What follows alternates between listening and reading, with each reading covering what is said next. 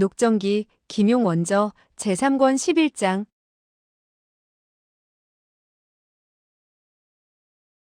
10일. 오대산의 선왕. 아니야. 태희를 부르지 말게. 나는 한숨 자고 나면 괜찮을 걸세. 저 두 사람의 시체는 움직이지 말게. 내 마음이 무척 번거롭고 떠드는 것이 싫으니. 황제, 그대는 모두에게 빨리 돌아가라고 하게나. 그렇게 말하는 그녀의 음성은 매우 미약해서 아랫말이 윗말에 이어지지를 못하고 있었다. 아마도 가볍지 않은 상처를 입은 것이 분명했다. 강인은 무척 걱정이 되었으나 그렇다고 또 태후의 명령을 어길 수가 없었다.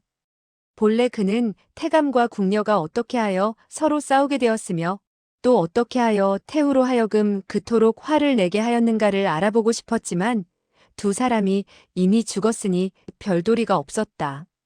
물론 이와 같은 큰 죄를 짓게 되었을 때는 그들 가족을 불러 따질 수도 있었으나 태후의 말을 듣고 보니 이를 더 버리게 되는 것을 좋아하지 않는 게 분명하며 시체마저도 옮기지 않도록 하라고 하지 않는가? 이에 강인은 태후에게 인사를 하고는 잔영궁에서 물러나오고 말았다. 위소보는 그야말로 죽음에서 목숨을 건진 셈이라. 두 다리에 여전히 맥이 빠져 손으로 담장을 짚어가며 걸음을 옮겨야 했다. 강인은 고개를 숙인 채 깊이 생각했다. 오늘 밤 잔영궁에서 일어난 일은 너무나 느닷없이 일어난 것이라. 이 가운데는 반드시 어떤 은밀한 사연이 있으리라고 느껴졌다. 그러나 태후의 의사는 분명히 자기에게 아랑곳하지 말라는 뜻이 아닌가. 그는 고개를 숙인 채 깊이 생각에 잠겨 한동안 걸음을 옮겨놓은 이후에야 고개를 쳐들었다. 그제서야 위소보가 뒤에 따르는 것을 보고는 물었다. 태후께서는 그대에게 시중을 들라고 했는데 그대는 어째서 나를 따라왔는가? 위소보는 어쨌든 날이 밝기만 하면 자기는 궁에서 도망칠 형편이니 아무렇게나 말해두자는 생각으로 입을 열었다. 얼마 전에 태후께서는 마음이 번거롭다고 말씀하시며 태감을 보기만 하면 화가 나신다고 말씀하셨습니다. 소신은 태후의 몸이 편찮으신 것을 보고 역시 태후를 번거롭게 하지 않는 것이 좋다고 생각했습니다. 강인은 고개를 끄덕였다. 그리고 건청궁 침전으로 돌아갔다. 그리고 그를 시종드는 무태감들을 물리친 이후 말했다. 소계자, 그대는 남아있게. 위소보는 대답했다. 네. 강인은 동쪽에서 서쪽으로 다시 서쪽에서 동쪽으로 서성거리며 왔다 갔다 하더니 물었다. 그대가 보기에 그 태감과 궁녀는 어째서 서로 싸우다가 죽게 되었다고 보는가? 위소보는 말했다. 그거야 저로서는 짐작할 길이 없지요. 궁 안의 많은 궁녀들과 태감들은 성질이 매우 나쁘답니다. 그리하여 걸핏하면 언쟁을 벌이게 되고 때로는 몰래 싸움을 하기도 하죠. 다만 감히 태후나 황상에게 알리지 못할 뿐이랍니다. 강인은 고개를 끄덕였다. 너는 가서 모두에게 이 일을 다시 들먹이지 않도록 하라고 이르게. 태후께서 더 화가 나시지 않도록 하자는 것일세. 위소보는 말했다. 네. 강인은 말했다. 가보게나. 위소보는 인사를 하고 몸을 돌려 나왔다. 그리고 속으로 생각했다. 이렇게 떠나면 영원히 너를 만나볼 수 없을 것이다. 그리고 그는 다시 고개를 돌려 강희를 한번 바라보았다. 강희 역시 그를 바라보고 있었다. 그리고 얼굴에 미소를 띄우더니 말했다. 이리 오게나. 위소보는 몸을 돌려 다가갔다. 강희는 침대 머리맡에 금빛 상자를 들고서 뚜껑을 열더니 두 조각의 간식용 음식을 꺼내서는 웃으며 말했다. 반나절 동안 쫓아다니느라고 지쳤을 것이고 또 배도 고플 거야. 그러면서 그 간식용 음식을 그에게 디밀었다. 위소보는 두 손으로 받아들었다. 태후는 사람됨이 악랄하고 음흉할 뿐 아니라 침궁에 몰래 남자를 숨기고 있는 것으로 보아 언젠가는 황상을 해칠지도 모른다는 생각이 들었다. 그런데도 황상께서는 아무것도 모르고 계시지 않는가? 황제는 자기에 대해서 그야말로 친구나 형제처럼 여기고 있는데 자기가 만약 이 사실을 황제에게 이야기하지 않았다가 황제가 태우에게 해침을 받아 죽게 된다면 그 자신은 너무나 의리가 없는 사람이 아니겠는가 하는 생각이 들었다.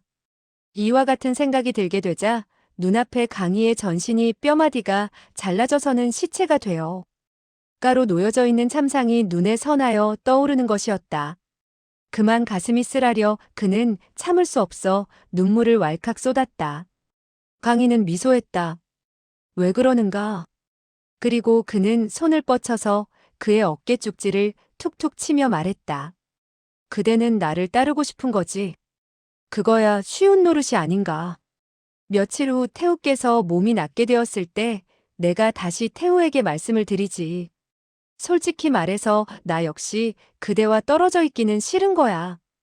위소 보는 마음이 감동되어 생각했다. 도궁아는 내가 만약 사실을 털어놓으면 황제는 나를 죽여 입을 봉할 것이라고 했다. 영웅호걸이라면 무슨 일이든 할 수 있어도 의리만은 지키지 않을 수가 없는 것이다. 사내 대장부가 죽었으면 죽었지 알고도 모르는 척할 수 있겠는가. 그는 두 조각의 간식용 음식을 탁자 위에 놓고는 강희의 손을 잡고 떨리는 음성으로 말했다. 소현자, 다시 한번 그대를 소현자라고 불러도 되겠소? 강희는 웃으며 말했다. 물론 되지. 내가 이미 말했지만 다른 사람이 없을 때 우리들은 옛날처럼 지내도록 하자고. 그대는 또 나와 한번 무공시합을 가져보겠다는 것이겠지? 자, 덤벼보라고. 그러면서 그는 두 손을 뒤집더니 되레 그의 두 손을 잡았다. 위소보는 말했다. 무공시합은 서두를 것이 없습니다. 그러나 한 가지 기밀 대사를 나의 절친한 친구인 소현자에게 말하지 않을 수 없지만 결코 저의 주군인 만세아에게 말씀을 드릴 수는 없습니다.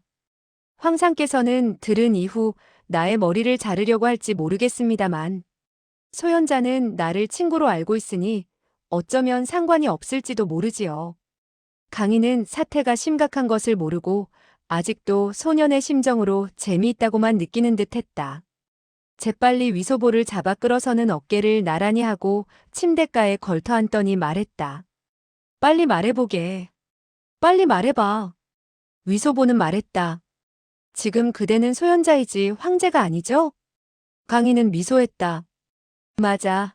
나는 지금 그대의 절친한 친구인 소현자이지 황제가 아니야. 밤낮 없이 황제 노릇을 해야 하고 마음이 통하는 친구가 없으니까 별 재미가 없어. 위소보는 말했다. 좋습니다. 그렇다면 내 그대에게 들려드리지요. 그대가 나의 머리를 자른다 하더라도 방법이 없습니다. 강희는 미소했다. 내가 어째서 그대를 죽인단 말인가? 절친한 친구가 어찌 절친한 친구를 죽일 수 있단 말인가? 위소보는 길게 숨을 내쉬고는 말했다. 나는 진짜 소개자가 아니며 태감도 아닙니다. 진짜 소개자는 이미 나에게 살해당했습니다. 강희는 깜짝 놀라 물었다. 뭐라고? 위소보는 자기의 출신 내력을 간단히 이야기했다. 그리고는 그가 어떻게 하다가 궁 안으로 사로잡혀 들어오게 되었으며 어떻게 해서 해대부의 두 눈을 멀게 했으며 또 어떻게 하여 소개자로 사칭하게 되었고 해대부가 또 어떻게 무공을 가르치게 되었는가 등의 사정을 일일이 사실대로 이야기했다. 강희는 거기까지 듣더니 웃으며 입을 열었다. 제기랄, 너는 먼저 바지를 내리고 나에게 보여줘. 위소보는 황제가 똑똑하기 때문에 이와 같은 큰일에 대해서는 친히 눈으로 확인을 하지 않으면 덮어두지 않으리라는 것을 잘 알고 있었기 때문에 즉시 바지를 내렸다. 강희는 그가 정말 정신을 한 태감이 아닌 것을 보고는 소리내어 껄껄 웃었다. 원래 너는 태감이 아니었구나. 소태감, 소계자를 죽이는 것쯤은 대단한 일이 못 된다. 그렇지만 이제 궁 안에서 머무를 수 없게 되었다. 그렇지 않을 때 나는 그대를 어전 시위 총관으로 삼든가 해야 한다.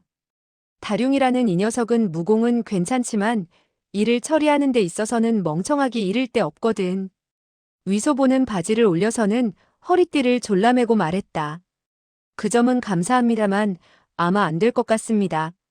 저는 태우와 관계 있는 몇 가지의 큰 비밀을 알고 있습니다. 강희는 말했다. 태후와 관계가 있다고? 그게 뭔데? 그 말을 묻게 되었을 때 그는 속으로 은연중 뭔가 잘못되었다는 것을 짐작한 듯 했다. 위소보는 입술을 깨물며 그날 밤 잔영궁에서 태후와 해대부가 주고받은 말을 이야기했다. 강인은 부왕 순치 황제가 붕어하신 것이 아니라 바로 오대산 청량사로 출가했다는 말을 듣고는 깜짝 놀라고 말았다. 그리고 마치 미친 사람처럼 기뻐했다. 그는 전신을 부들부들 떨면서 위소보의 두 손을 잡고서는 떨리는 음성으로 물었다. 그건 정말이지? 나의 부왕께서는 아직도 이 세상에 살아계시는 것이 확실하지? 위소보는 말했다. 저는 태후와 해대부 두 사람이 그와 같이 주고받는 말을 똑똑히 들었답니다. 강인은 몸을 일으키더니 큰 소리로 말했다. 그거 참 잘 되었다. 잘 되었어. 소계자, 날이 밝으면 우리들은 즉시 오대산으로 부왕을 만나러 가자꾸나. 그리고 그 어르신을 모시고 궁 안으로 되돌아오자꾸나. 강인은 천하에 군림하게 되고 모든 일을 마음대로 처리할 수 있었으나 한평생 가장 유일하게 유감으로 삼는 것은 부모가 일찍이 돌아가셨다는 사실이었다. 때로 야밤에 꿈에서 깨어나 부모님을 생각할 때 그만 참을 수 없어 눈물을 흘리곤 했던 기억이 몇 번이었던가. 이때 위소보의 그와 같은 말을 듣게 되자 여전히 반신반의한 생각이 드는 것을 면할 수 없었지만 그야말로 미칠 것처럼 기뻤다. 위소보는 말했다. 아마도 태우께서는 좋아하지 않으실 것입니다. 그녀가 줄곧 그대를 속이고 있었던 점으로 미루어 이 가운데는 중대한 연고가 있을 것입니다. 강인은 말했다. 맞아, 그게 어떤 연고일까? 그는 부친이 죽지 않았다는 말을 들었을 때 기뻐하는 마음이 가슴 가득히 차게 되어 사태를 바로 보는 지각력이 약간 느슨해졌다고 할 수 있었다. 그러나 잠시 생각해보자 무수한 의문이 즉시 떠오르는 것을 금치 못했다. 위소보는 말했다. 궁중의 대사에 대해서는 저는 아는 것이 아무것도 없습니다. 다만 태후와 해대부가 주고받은 말을 솔직히 들려드리는 것이죠. 강인은 말했다. 그렇지. 빨리 말하게. 빨리 말하게. 그러다가 위소보가 단경황후와 효강황후가 어떻게 하여 남에게 해침을 당하게 되었는가 하는 대목에 이르게 되었을 때 강인은 펄쩍 뛸 듯이 놀라며 부르짖었다. 그대는 효강황후가 남에게 해침을 당해 돌아가셨다는 말인가? 위소보는 그의 안색이 크게 변하고 두 눈이 둥그렇게 떠졌을 뿐만 아니라 얼굴의 근육이 부들부들 떨리는 것을 보고 그만 놀람을 금할 수 없어 떨리는 음성으로 말했다. 저는 모릅니다. 다만 해대부가 태호에게 그렇게 말씀하시는 것을 들었을 뿐입니다. 강인은 물었다. 그들은 어떻게 말했지? 그대는 다시 한번 이야기하게. 위소보는 기억력이 무척 좋았다. 다시 그날 밤 태후와 해대부가 주고받은 말을 두 사람의 음성까지 흉내내어서는 매우 그럴싸하게 옮겨 놓았다. 강인은 한참 동안 멍하니 있더니 중얼거렸다. 나의 친어머니가 남의 해침을 받아 돌아가셨다고? 위소보는 말했다. 효강황후께서 바로 그대의 어머님이신가요? 강인은 고개를 끄덕였다. 이야기를 계속하게. 한마디도 빠뜨려서는 안 돼. 그리고 그는 속으로 쓰라림을 느낀 듯 눈물을 흘렸다. 위소보는 곧이어 흉수가 화골면장으로 먼저 단경황후의 아들 영친왕을 해쳐 죽인 이후 다시 단경황후와 정비를 해쳐 죽였다는 이야기를 했다. 그리고 순치 황제가 출가를 한 이후에 태후는 다시 효강황후를 해쳐 죽였는데 단경황후와 정비의 시체를 수렴한 염시군이 어떻게 하여 해대부의 명을 받고 오대산으로 달려가 순치 황제에게 보고를 하게 되었으며 순치 황제가 어떻게 하여 해대부를 궁으로 되돌려보내 철저한 조사를 하도록 했으며 그리고 태후와 해대부가 서로 싸우게 된 대목까지 이야기했다. 위소보는 물론 해대부를 감히 자기가 죽였다는 이야기는 하지 못하고 그저 그의 눈이 멀어서는 태후를 이기지 못해 태후에게 죽음을 당했다고만 말했다. 강인은 정신을 가다듬더니 자세히 그날 밤 전경을 물었다. 그리고 그가 들은 말에 대해서 꼬치꼬치 되풀이해서 캐물었다. 그런 연후에 위소보가 결코 그 일을 날조할 수 없으리라는 판단이 서자 고개를 쳐들고 생각해 보더니 물었다. 그대는 어째서 오늘에 이르러서야 나에게 이야기하지? 위소보는 말했다. 이 일은 너무나 큰일인데 제가 어찌 감히 함부로 말할 수 있겠습니까? 그러나 내일 저는 궁에서 도망칠 것이며 다시는 돌아오지 않을 것입니다. 그대 홀로 궁에서 매우 위험하리라는 생각을 하게 되자 더 속을 수 없다는 판단을 하게 된 것이죠. 강인은 물었다. 그대는 왜 궁에서 떠나려고 하는가? 태우가 그대를 해칠까봐 두려워하는가? 위소보는 말했다. 네, 그대에게 이야기하지만 오늘 밤 잔영궁에서 죽은 그 궁녀는 남자이며 태후의 사형이기도 합니다. 태후궁의 궁녀가 남자라는 사실은 물론 불가사의한 노릇이었다. 그러나 강인은 이날 밤 자기의 이미 죽은 부왕이 돌아가시지 않았고 어머니 역시 항상 단정하고 인자한 태후에게 몰래 해침을 받고 돌아가셨다는 사실을 들은 터라 다시 남자가 한 궁녀로 가장했다는 사실을 듣게 되었을 때에 조금도 이상하게 여기지 않게 되었다. 더구나 눈앞에 소태감만 하더라도 가짜가 아닌가. 그리하여 그는 물었다. 그대는 또 어떻게 알았지? 위소보는 말했다.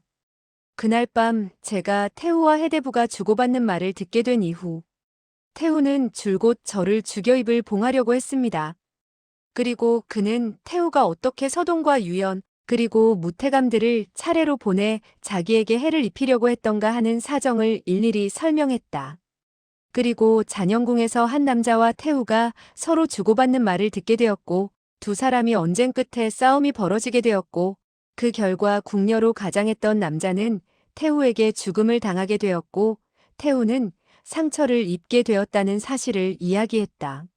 물론 이 말은 고지곳대로 말한 것이 아니었다.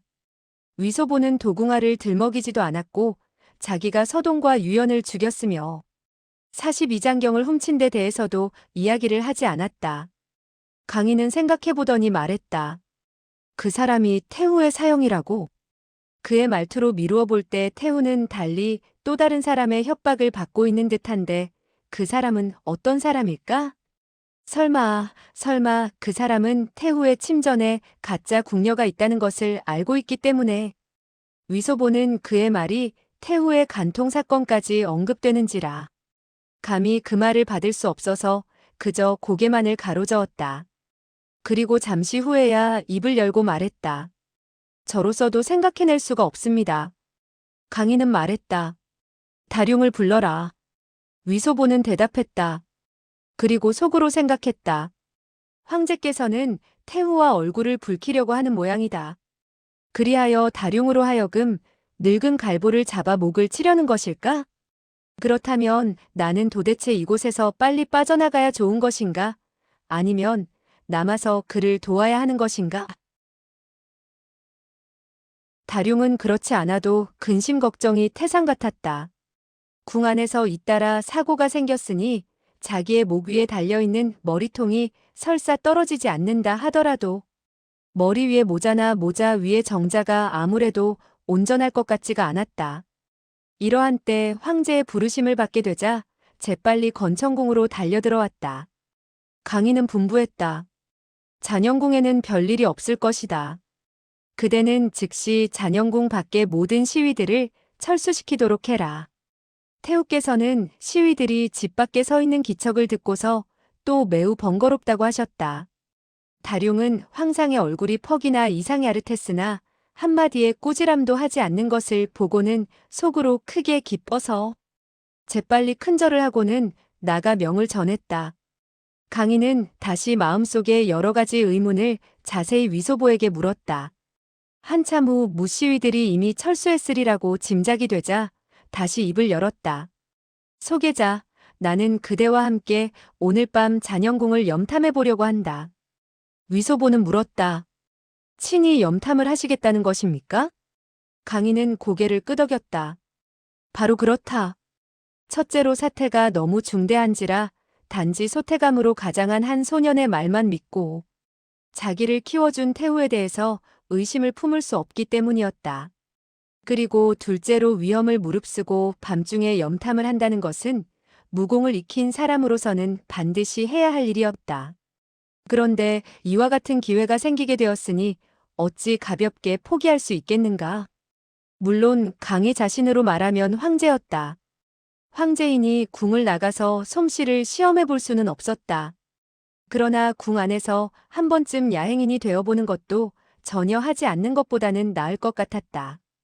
다만 잔영궁을 지키고 있던 시위들을 모조리 철수시킨 이후에 자기가 다시 야행인이 되어 염탐을 하게 된다는 것은 무림의 고수라는 신분에 어울리지 않을 뿐이라고 생각했다.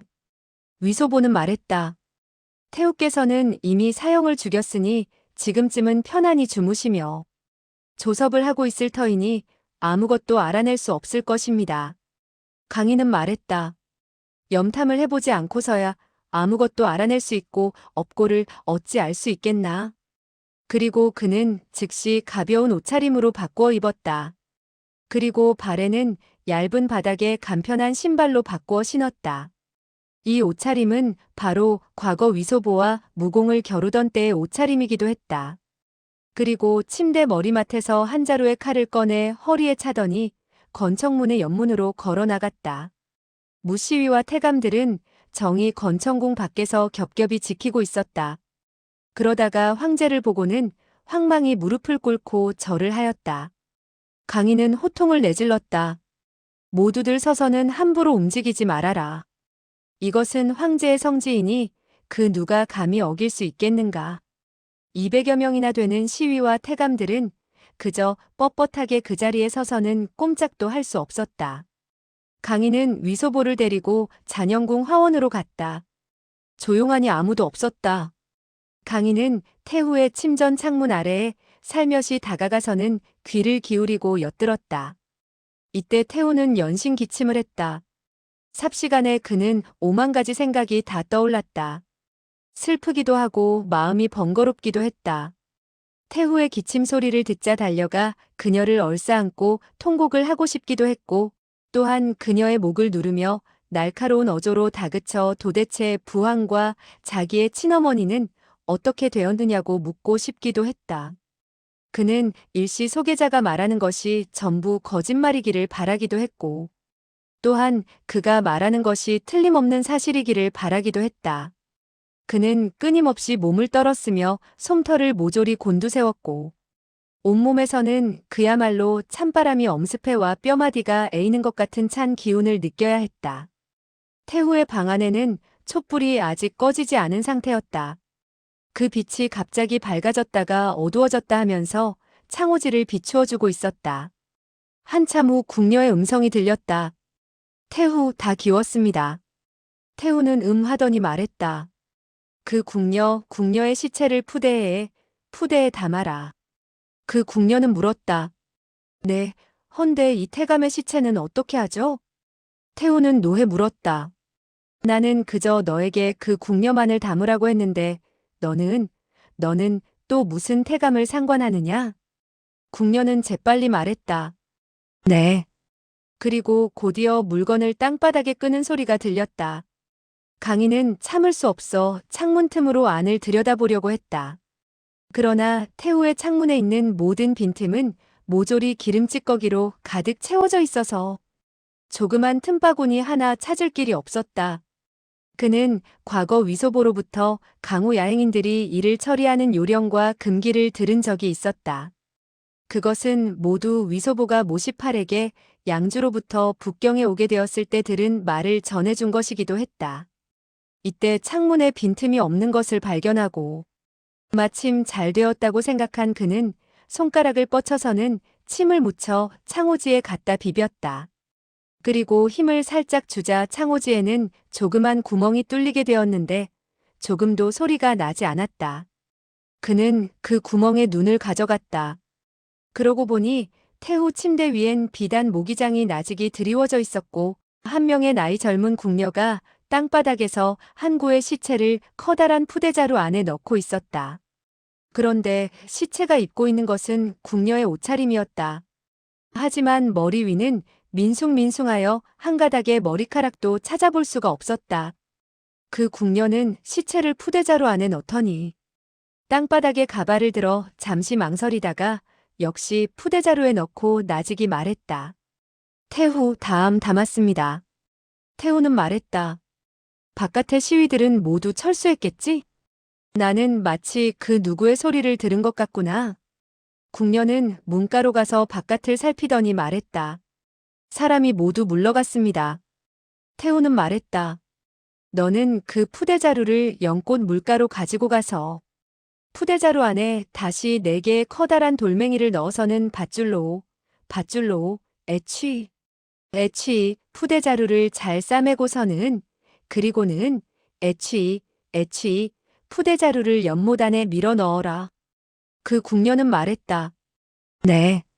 그런데 그 음성이 떨리고 있는 것으로 보아 무척 두려운 것 같았다. 태우는 말했다. 푸대자루를 연못 속으로 밀어 넣은 이후 흙을 좀 더 긁어 모아서 그 위에다 뿌려 다른 사람이 발견할 수 없도록 해라. 그 궁녀는 다시 대답했다. 네. 그리고는 푸대자루를 끌고서 방을 나와 화원으로 갔다. 강희는 속으로 생각했다. 소개자는 그 궁녀가 남자라고 했는데 10중 8구 맞는 말이로구나. 만약 커다란 사정이 없었다면 태우가 어찌하여 시체를 연못 속에 빠뜨려 흔적을 없애려고 하는가 말이다. 그러다가 위소보가 자기 곁에 서 있는 것을 보고는 자기도 모르게 손을 뻗쳐서 그의 손을 꼭 쥐었다. 두 사람은 하나같이 상대방의 손바닥에서 끈끈하고 찬 것을 느낄 수 있었다. 한참 후 첨벙하는 소리가 들렸다. 시체를 담은 푸대자루가 연못 속으로 떨어졌다. 곧이어 흙을 긁는 소리가 들렸다. 잠시 후 그 궁녀는 궁전 안으로 돌아왔다. 위소보는 그녀의 음성을 벌써 알고 있었는데 바로 소궁녀 예초였다. 태우는 물었다. 모두 잘 처리했느냐? 예초는 말했다. 네, 모두 처리했습니다. 태우는 말했다. 이곳에 본래 2구의 시체가 있었는데 다른 한 구는 어째서 보이지 않지? 하고. 내일 누가 묻게 되었을 때 너는 어떻게 대답하려느냐? 예초는 말했다. 쇳내는 아무것도 모르옵니다. 태우는 말했다. 너는 여기에서 나를 시중 들고 있었는데 어째서 아무것도 모른다는 것이냐? 예초는 말했다. 네. 태우는 노해 부르짖었다. 뭐가 내냐? 예초는 떨리는 음성으로 말했다. 쇳내는 그 죽은 궁녀가 몸을 일으키는 것을 보았습니다. 원래 그녀는 상처만 입었지 죽지 않았습니다. 그녀는 천천히 걸어 나갔습니다. 그때 태우께서는 편안히 잠이 드시어서 쇳내는 감히 태우를 깨우지 못했습니다. 그리고 그 궁녀가 잔영궁에서 걸어 나가는 것을 보게 되었는데 나중에 어디로 갔는지 모르게 되었습니다. 태우는 한숨을 쉬며 말했다. 원래 그랬었구나. 아미타불, 그녀가 죽지 않고 스스로 떠나다니 그것 참 잘 되었구나. 강희와 위소보는 잠시 한동안을 기다렸다. 태우의 방에서는 더 아무런 소리가 들리지 않았다. 아마도 이미 잠이 든 것 같았다. 그리하여 그들은 살그머니 그곳을 떠나 건천궁으로 돌아왔다. 그러고 보니 무시위들과 태감들은 여전히 뻣뻣이 선 채 꼼짝하지 않고 있었다. 강희는 웃으며 말했다. 모두들 마음대로 움직이도록 하거라. 그는 웃으면서 말했으나 그 웃음소리와 음성은 매우 메말라 있었다. 침궁으로 돌아와서 그는 위소보를 물끄러미 바라보았다. 그리고 한참 동안 말이 없더니 갑자기 눈물을 흘리며 말했다. 원래 태후.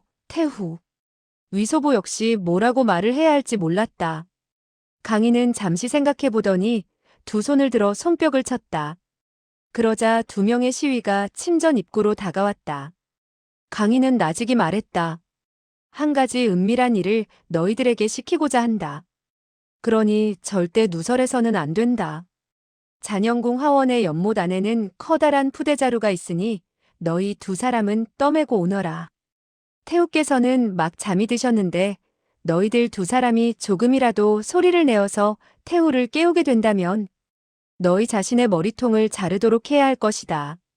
두 사람은 허리를 굽히며 대답하더니 그 자리에서 떠났다. 강희는 침대 위에 앉아서는 아무 소리도 하지 않고 되풀이해서 생각하는 것 같았다. 잠시 후 두 명의 시위는 물에 젖은 커다란 푸대자루를 떠매고서 침전 문 밖에 이르렀다.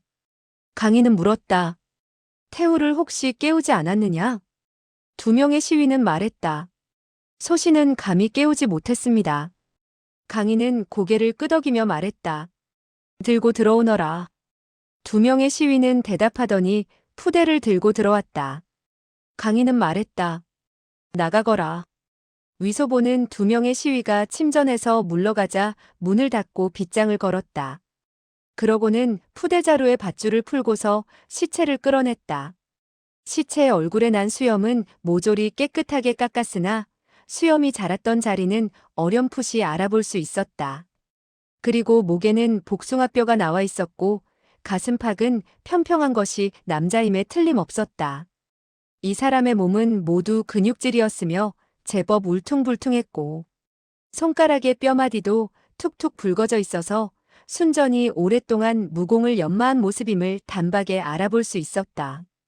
보기에 이 사람이 궁녀로 가장하고 궁중에 잠복하게 된 것은 최근에 있었던 일인 것 같았다. 그렇지 않다면 그의 모습으로는 남자 노릇하기에도 너무나 추악한 편인데 어찌 궁녀로 가장하고서도 발견되지 않았겠는가. 강희는 허리에 찬 칼을 뽑더니 그 사람의 바지를 찢었다. 그리고 잠시 살펴보더니 극도로 분노가 치미는 듯 잇따라 몇 번 칼질을 했다. 위소보는 말했다. 태후. 강희는 노해 부르짖었다. 뭐가 태우냐? 그 계집은 부항을 몰아내고 나의 친어머니를 해쳐 죽게 만들었으며 궁정을 문란하게 했을 뿐만 아니라 불의의 일을 많이 저질렀다. 나는 그녀를 갈기갈기 찢어 죽일 것이며 그 계집의 온 집안은 멸족하고 말 것이다.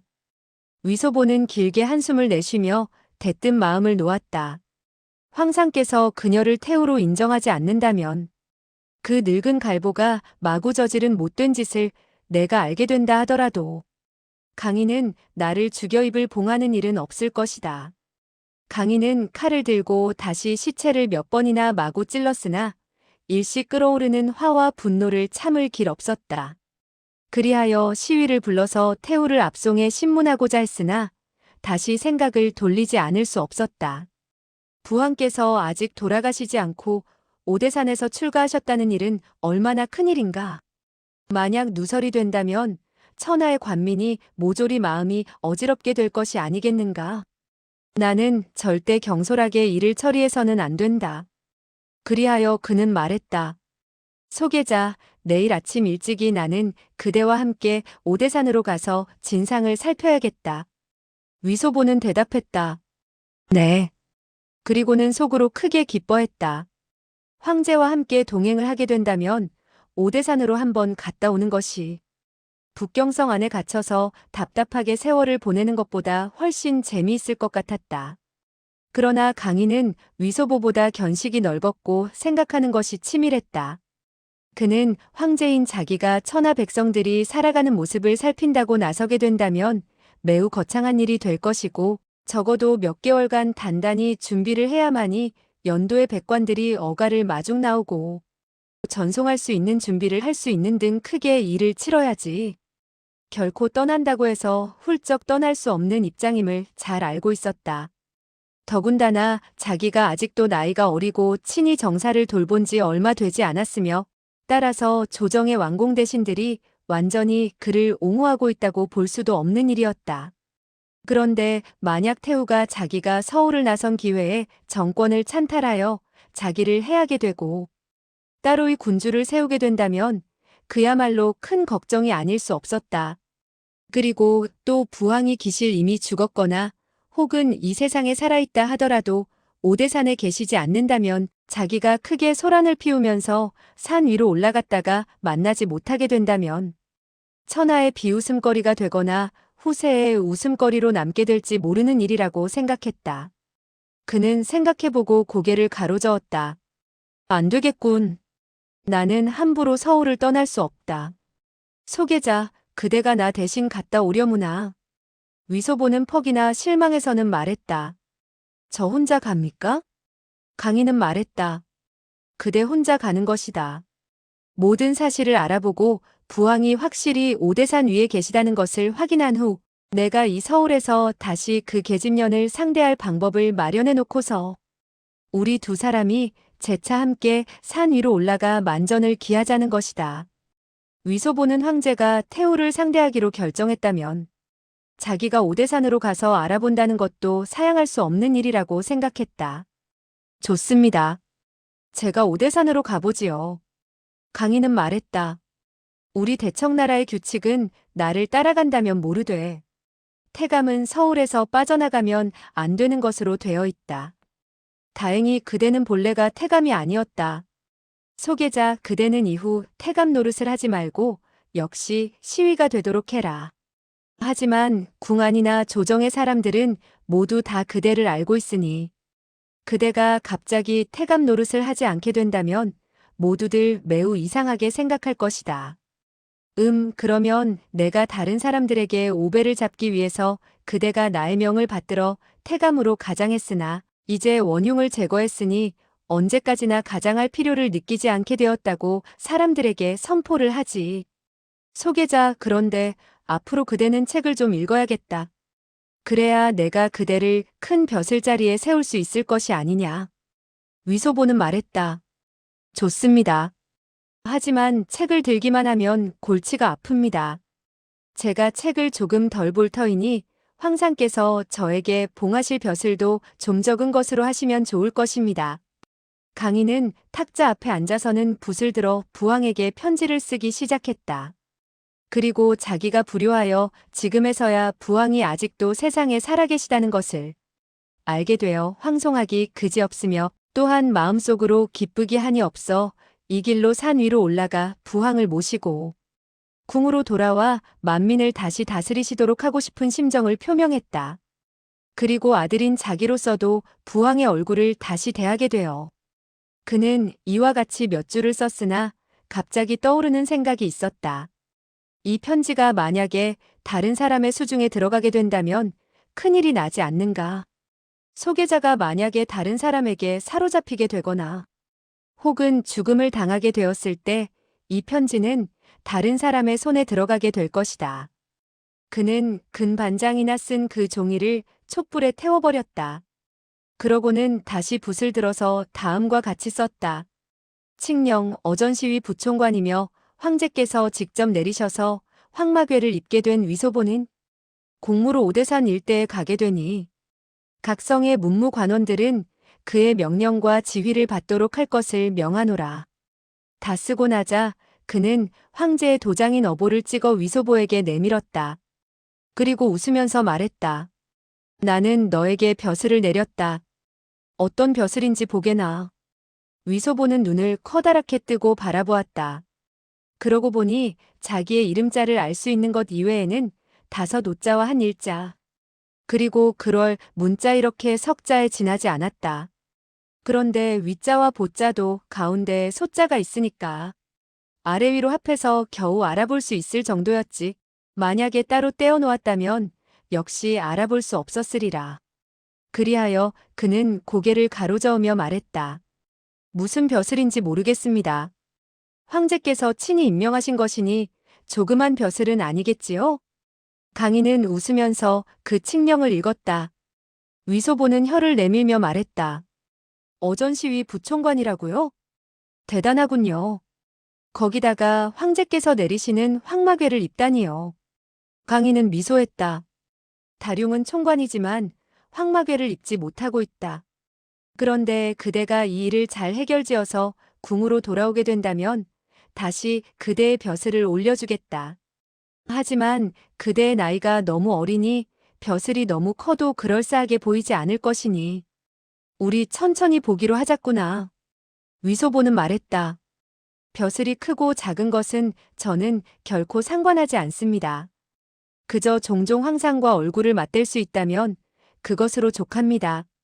강희는 기쁨과 슬픔을 함께 느끼며 말했다. 그대는 이번 길을 갈 때 모든 일에 있어서 조심을 하게나. 그리고 모든 일에 있어서 반드시 매우 은밀하게 처리해야 하네. 그리고 이 칙령은 부득이한 경우가 아니면 다른 사람에게 보여주지 않도록 하게. 이제 가보게나. 위소보는 강희에게 작별을 고했다. 어느덧 동력 하늘이 희뿌옇게 밝아왔다. 그는 자기의 처소로 돌아와 천천히 문을 열고 안으로 들어갔다. 방희는 잠을 자지 않고 있다가 기쁜 듯이 말했다. 그대는 돌아왔군요. 위소보는 말했다. 만사는 대길이요. 우리는 이제 궁을 나가도록 합시다. 목건병은 흐릿하게 잠에 떨어져 있다가 정신을 차린 듯 말했다. 사전은 매우 걱정하고 있었어요.